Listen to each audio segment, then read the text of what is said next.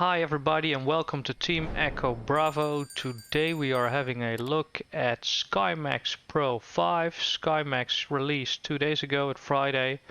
And we're going to have a look at it and compare it to version 4 that I'm currently running. So let's have a look at version 4 first and then we'll hop over to version 5 and see the comparison. There's a lot of improvements and yeah, let's have a look at it. So we are currently at Corfu Airport. I'm standing here with a Legacy 650. As you can see, we have a broken cloudy day. Within SkyMaxx, I have set the maximum draw distance to full, so that you can also see the frame rate. That's why I enabled the studs. It's currently at around 50. And I made some views so we can recall them in SkyMaxx 5 as well to see how it looks. So let's hop on into the air, see how it looks. Oh, the silence. It's deafening. So basically it's a look onto the island with the sky and the clouds above it. It's one layer of clouds at this point, so still 50 FPS. If we swap a bit higher, we are in the middle of the clouds now. You can see the FPS is dropping to 35 at this point. And if we hop even higher, we can see all the way to the horizon. Currently the frames are 30 FPS. We can even jump above the cirrus layer. And I think you're very high now, so I don't think you actually fly at this level. But still gives a good overview. Now we're 30 FPS. We are currently at an island, so let's have a look around. So this is where the mainland is. Doesn't do too much with the frames. And if we switch, for instance, to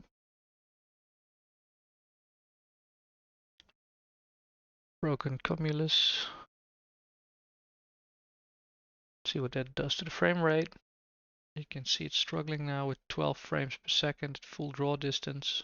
So I think it's fading in the other clouds, fading out the previous cloud layer. So the transition is done. It's around 24 frames now. Now let's switch to the overcast.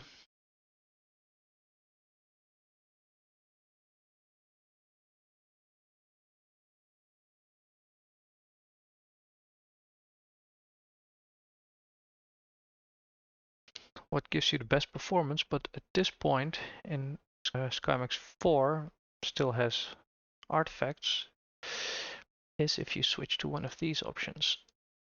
The problem is it becomes all white with the, you can see the clear tile ending, which gives you very high performance at 60, but it does show a big artifact, which is unfortunate. I must say I have seen it work. I think it became worse with Vulkan, so I think Vulkan is basically causing these issues, because before Vulkan this worked quite well. Swapping these modes now, yeah, it's not really an option now if you fly high, so you're sort of forced to use soft SD or HD, depends on what you want performance wise. And as I change the draw distance, there's only a small puff around me. So that's funny, the overcast is less heavy on the frames than the broken cumulus or scattered cumulus. Now for reference, let's show how it looks without SkyMaxx.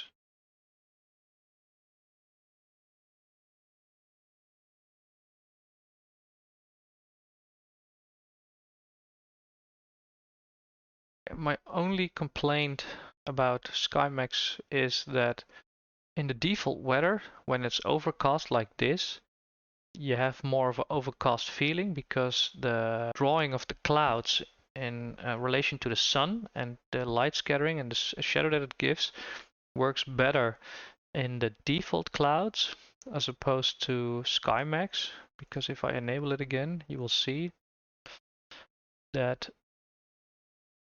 come on, get back. Even though we have overcast now, it looks sunnier. So the clouds look better in my opinion. You have more control over the performance, which is great, but that's the only downside of SkyMaxx at this version 4. To see that this is sort of sunny instead of more overcast when you're using default clouds. Performance is quite good. So in some heavy weather, when there's a lot of cloud layers and SkyMaxx is drawing 2 or 3 cloud layers, I sometimes switch to the default weather when I'm having performance issues, but most of the times I'm using SkyMaxx because it just looks better. So let's have a look at SkyMaxx 5. Also, we're going to do a small test flight, fly up through the clouds, make a quick turn, get back here quick and dirty just to see how it goes with the weather. And we are back with SkyMaxx 5. As you can see, the look with the broken clouds is quite different. The frame rate is a solid 52. To be honest, at this moment it looks quite cool. Let's zoom out a bit. So we're under the clouds now. 66 frames. Feels smooth. If we zoom out a bit more, we hop into the clouds. And here you see a small artifact. I think that's part of the new system, as these are actual volumetric clouds. The frame rate is very high though, 70 FPS. If I move around a bit, you see some glitches. So let's see how it looks when we fly through them. And if we zoom out, I must say this looks really good. 70, 80 frames. Draw distance is at max, just like with SkyMaxx 4. We zoom out even more. I must say the performance is solid. Really, really cool. As you can see, they did something to the sky and the sky model as well. In SkyMaxx 4 it was quite dark. Now it's more light, so they changed the HOSEC model as well. That's Sky HOSEC Wilkie. To be honest, I always leave it at that. That's the model they designed it with, so just leave it at that. Max cloud distance and all these things I leave at default normally. You can change the way the cumulus and the overcast textures are drawn now. So they changed the model that's used for this as well. So that's why it looks quite different if I zoom into the, that's why you have these things. It's still in beta. I know they had a problem with on release with XP Realistic, where there appeared to be a memory leak, so they did a quick release patch to at least attend to that memory leak. So I think they'll further investigating this to make it a bit more lasting. They also said it might introduce some bugs. I don't know if these are those bugs, but there was something with a depth layer drawing thingy. So I think we might see improvements on that in the short term. As for now, I'm really impressed with the performance and the speed. So let's quickly swap over to full overcast. So frame rate is 50, 52 at this point. We zoom into the clouds. Just that slight feeling of being in between two layers or something. Depends on which way you look though. And if you zoom out, 70 frames.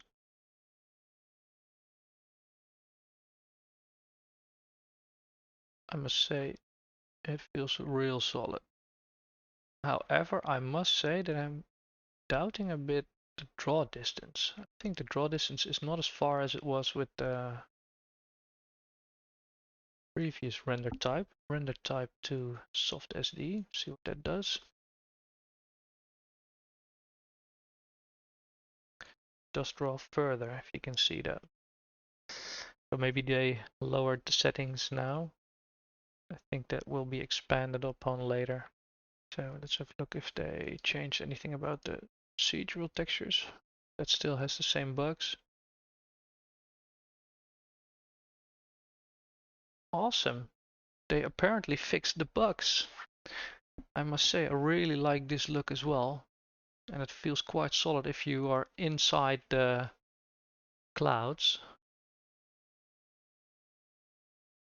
I really like this. I think if you combine these two at this point,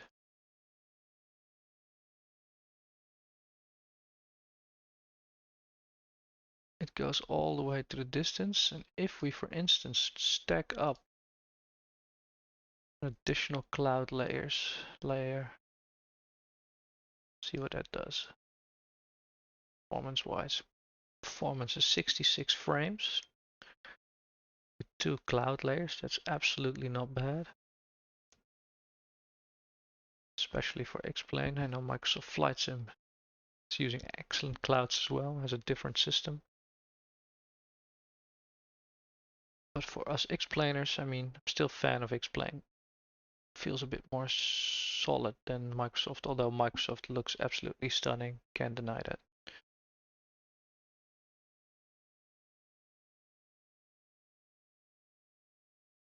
Must say, it looks really, really good.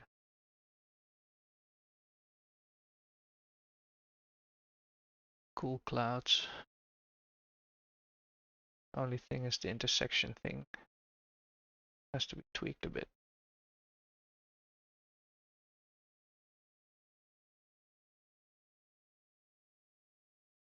So let's take the plane out for a spin, do a quick takeoff, and get in the air, do a quick loop around the island, and see. We're gonna cross the mainland as well, see how the performance is, how it looks, and then we're gonna get back here, descend through the clouds, do an ugly landing. Okay, so here we are at the runway. Let's do a takeoff, climb through the clouds, and see how everything works.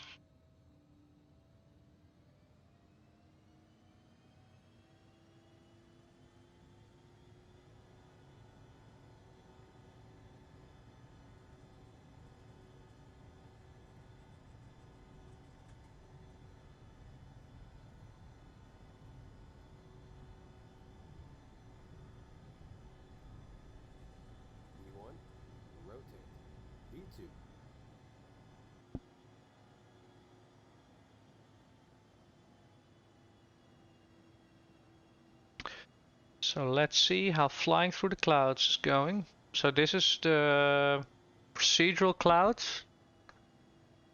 On descent we'll switch to the volumetric beta clouds.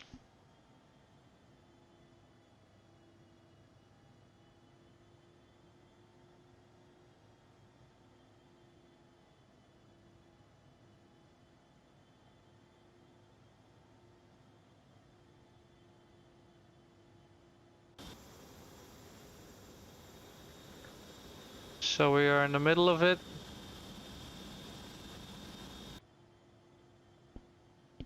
See what happens if I disable my landing light.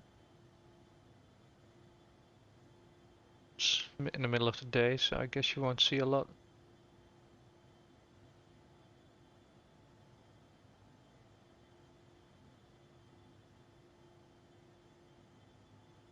Making a turn, still climbing. I think the cloud layer clears around 7,000. 8,000.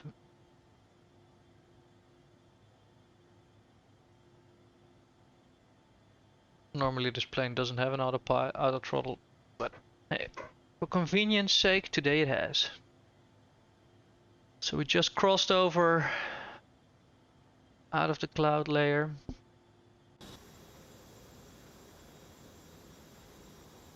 Good performance, 50-60 FPS.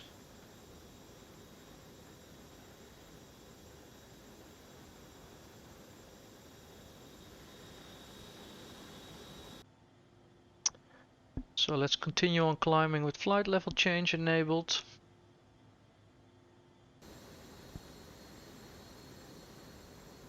So you do see some artifacts around here. To be very honest, yeah, yeah, okay, this is quite noticeable. So we're now getting into the cloud level. Okay, this isn't really pretty, but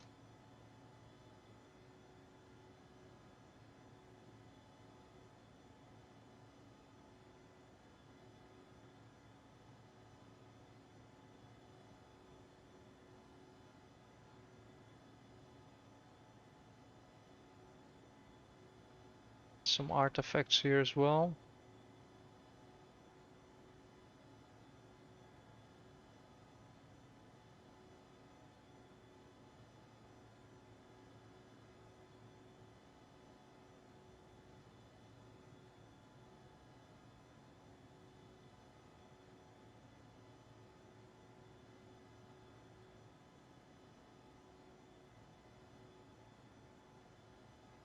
Yeah, this is not there yet.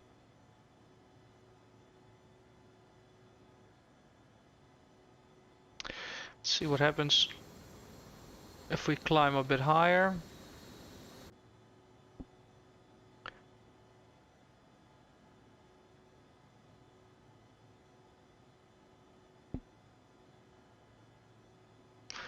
Just for your reference, it's 12 noon at this time.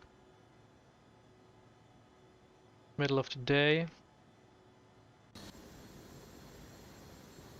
Frame rate is around 40, 50.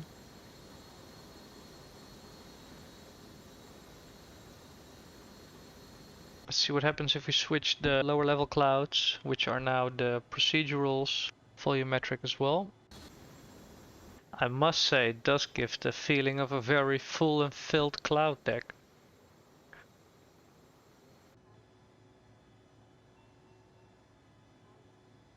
Oh, apparently we're doing a high speed.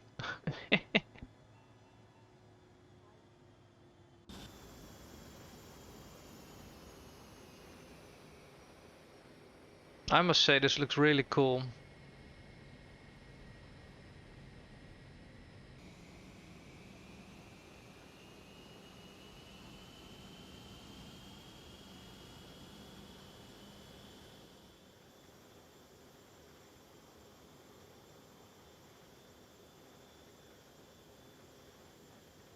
So this transition is quite horrid. Somehow.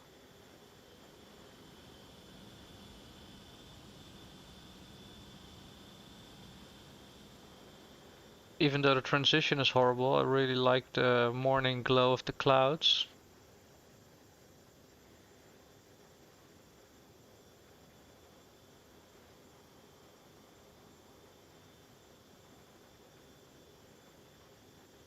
Where in X-Plane the transition between time is very smooth, in SkyMaxx 5 there is a sort of delay where it has to reload or recalculate the lighting.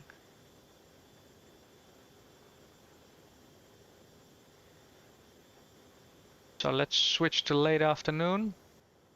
So for your reference, we are now flying over the mainland. Performance is around 40 now, and I must say it looks quite good apart from some artifacts, but overall in general it feels very, very cool.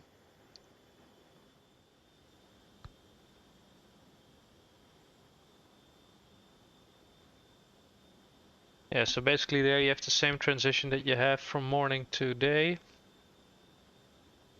where it suddenly goes from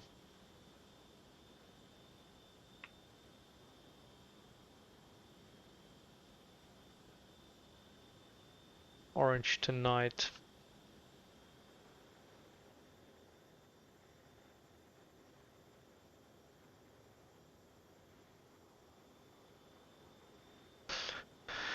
Why don't we switch to real weather and see how the real weather looks.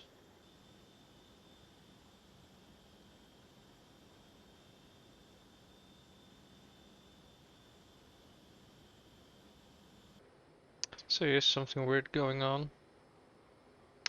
And it's a shame that these clouds have a different color then, but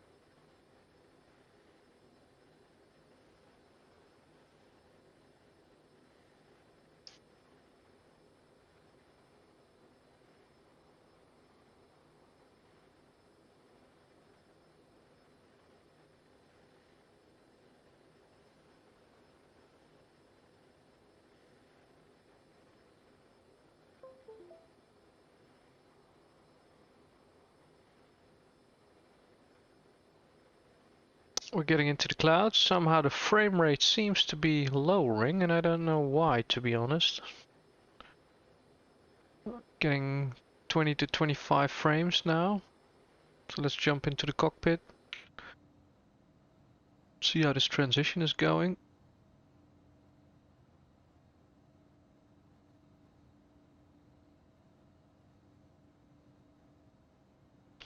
Frame rate 33 again, so it's stable.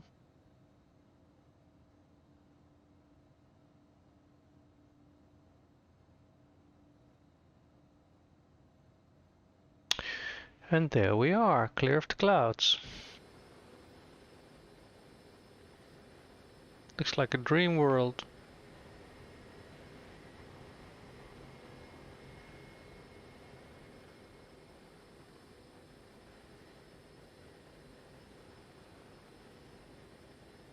See what happens if we increase the time of day.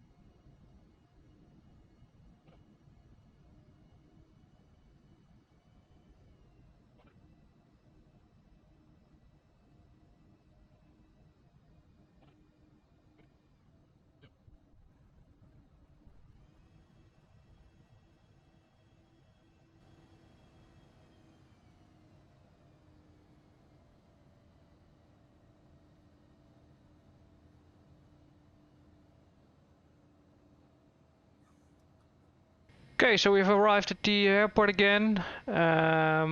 So afterthoughts, I think it's another great product of Sky Maxx Pro.